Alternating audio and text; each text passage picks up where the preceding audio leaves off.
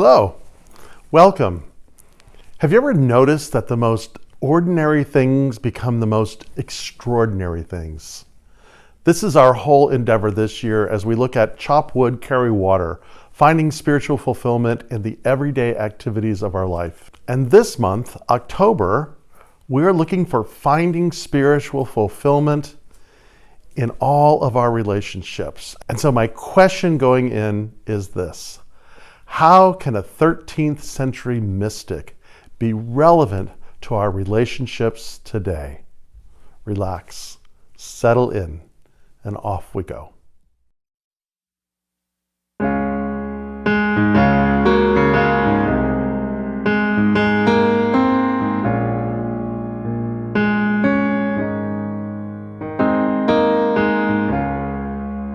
Make me an instrument of your peace and your love.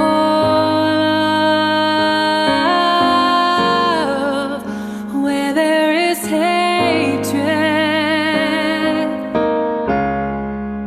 I will bring love, and I will bring light to melt all this darkness away.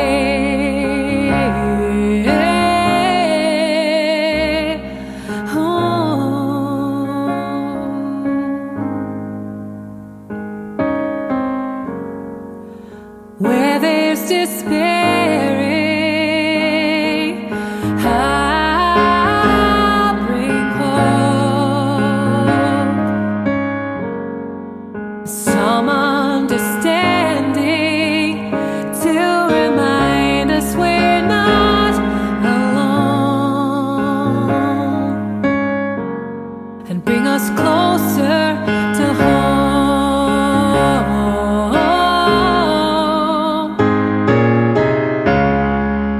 Make me an instrument of your peace and your love. Where there is hatred, I will bring love, and I will bring light to melt all this darkness away.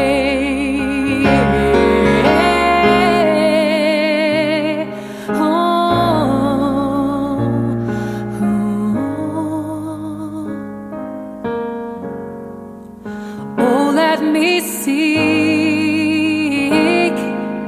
not so much to be loved as to love, for it is in giving that we now receive, and it's in releasing we are set free.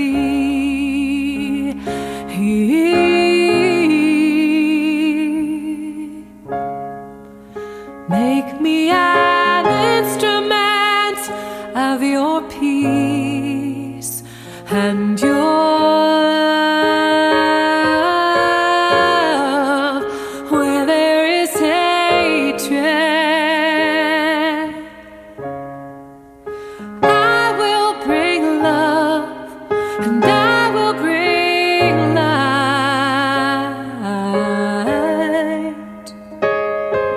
to melt all this darkness away.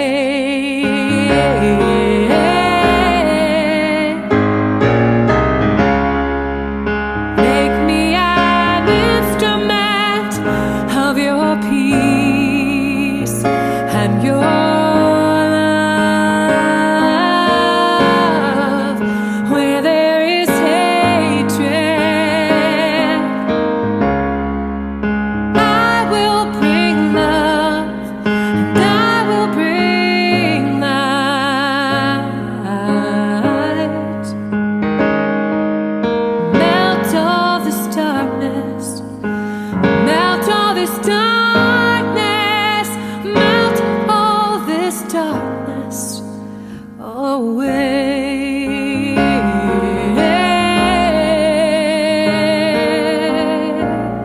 Oh, amen.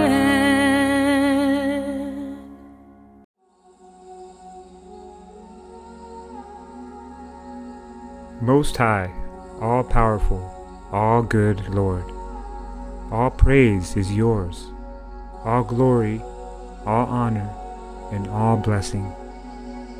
To you alone, Most High, do they belong. No mortal lips are worthy to pronounce your name. Be praised, my Lord, through all your creatures, especially through my Lord, brother, Sun, who brings the day, and you give light through him, and he is beautiful and radiant in all his splendor. Of you, Most High, he bears the likeness. Be praised, my Lord, through Sister Moon and the stars. In the heavens you have made them bright, precious, and beautiful. Be praised, my Lord, through brothers wind and air, and clouds and storms, and all the weather through which you give your creatures sustenance. Be praised, my Lord, through Sister Water. She is very useful and humble and precious and pure. Be praised, my Lord, through Brother Fire, through whom you brighten the night. He is beautiful and cheerful and powerful and strong. Be praised, my Lord, through our sister, Mother Earth, who feeds us and rules us and produces various fruits with colored flowers and herbs. Be praised, my Lord, through those who forgive for love of you, through those who endure sickness and trial. Happy those who endure in peace, for by you, Most High, they will be crowned. Be praised, my Lord, through our sister Bodily Death, from whose embrace no living person can escape. Woe to those who die in mortal sin. Happy those she finds, doing your most holy will. The second death can do no harm to them. Praise and bless my Lord. Give thanks and serve him with great humility.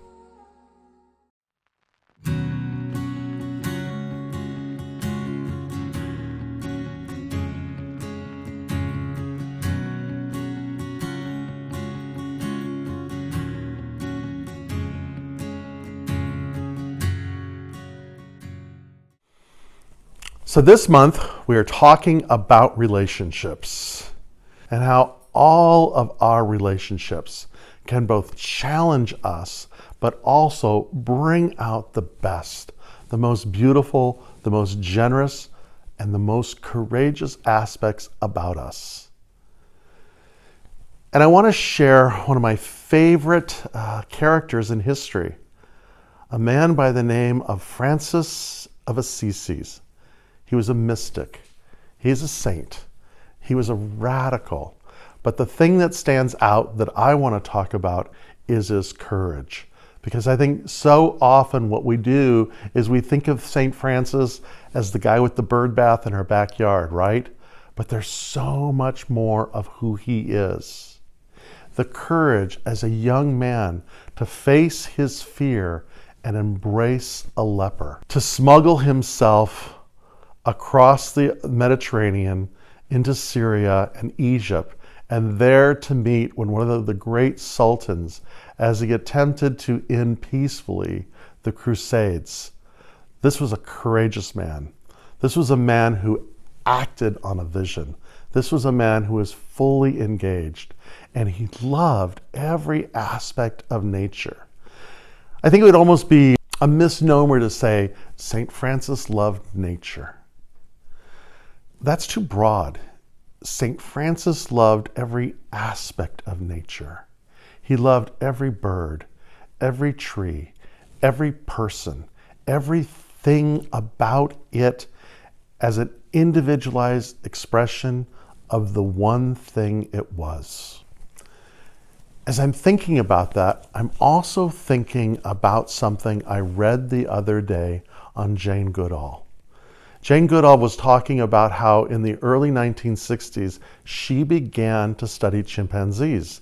And she did this in the Gobi National Forest. And as she described it, this national forest stretched from one end of equatorial Africa to the next. It was enormous. It was a vast space. And by the 1980s, it shrunk to a mere fraction of itself. It was an island situated in overdevelopment, deforestation, overpopulation.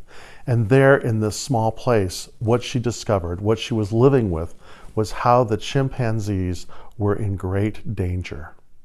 As Jane Goodall writes, "You cannot save an animal species unless you protect its environment, which is not possible without the participation of local communities. And that will not happen if they are living in poverty." And so what Jane Goodall did is she formed an organization called Take Care. And what Take Care did is it went into the communities and addressed the poverty. They began forming women's movements that were able to allow indigenous people to create businesses.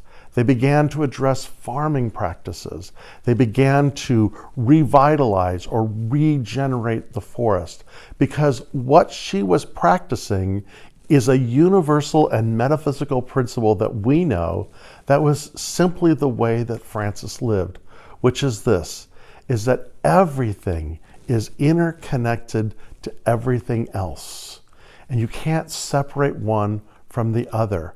Something that she said that we as metaphysicians absolutely understand is this: you can't think anything or do anything on any given day without it having an impact on the entire world.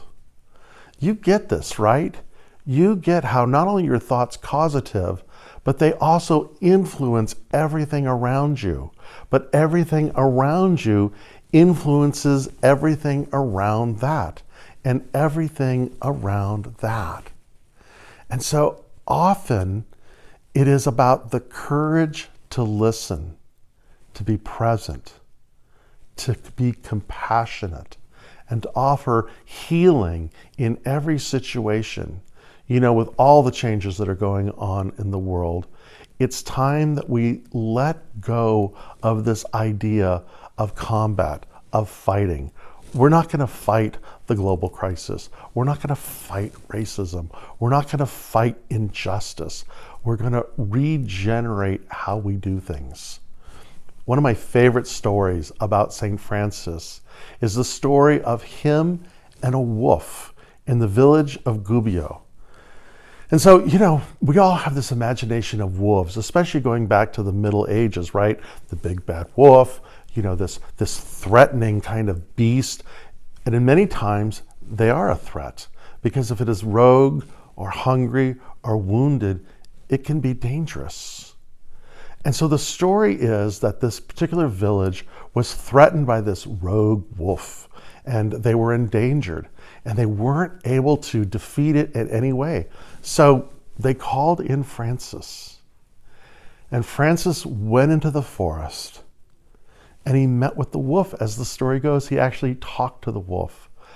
But what Francis discovered is this wolf wasn't a monster. It wasn't a huge, frightening beast. It was simply a hungry, lonely, damaged creature. And as he sat with this wolf with deep compassion, he asked the wolf, "What do you need?" The wolf was hungry. The wolf was lonely. The wolf wanted to get back to its own family, but found itself sick and alone. And so Francis made an agreement with the wolf. If the village will feed you and help you get back literally on your feet, will you stop frightening them and accosting them? And the wolf agreed. And as the story goes, the village fed the wolf, nurtured the wolf, and in time the wolf went back into the forest, back to its own kind, and there was no longer any threat. And you know, we all have wolves, do we not? We all have things that are frightening to us. We all have things that we want to avoid. We all have things that we want to conquer or defeat or go at war against. But what Francis is offering is something else. Do we have the courage to sit with the thing that we are afraid of and to listen with compassion and to ask, what does this need? Because in doing so, we practice this idea of regeneration, not battle, not combat, but re-engagement. Paul Hawken, in his book, Regeneration, says this: regeneration is an exclusive and effective strategy compared to combating, fighting, or mitigating climate change. Regeneration creates, builds, and heals. Regeneration is what life has always done. We are life, and that is our focus. It includes how we live and what we do everywhere. And so here's my question for you. Are you willing to meet with the wolf? So just think for a moment, relax, maybe even close your eyes if it feels appropriate, and just sit with the thing that creates fear, that creates anxiety, and let it come close. It's not going to hurt you here. And ask the question, what do you need?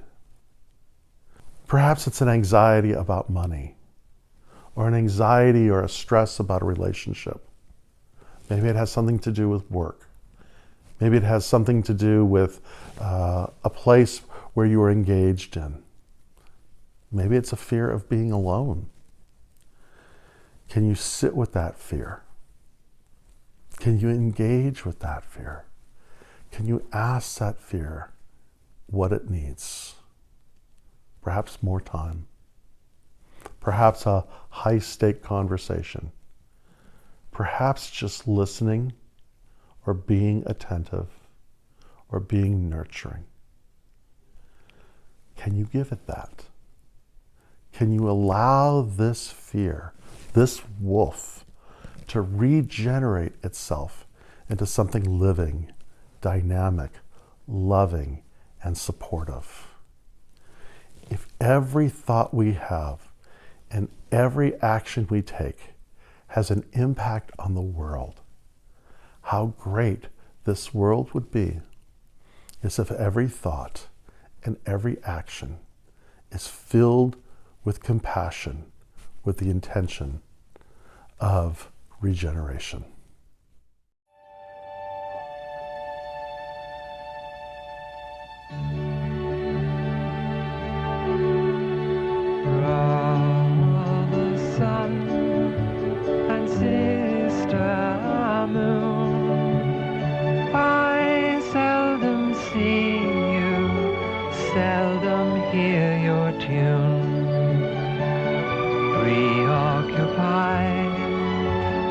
Selfish misery, brother wind and sister air, open my eyes to visions pure and fair, that I may see the glory around me.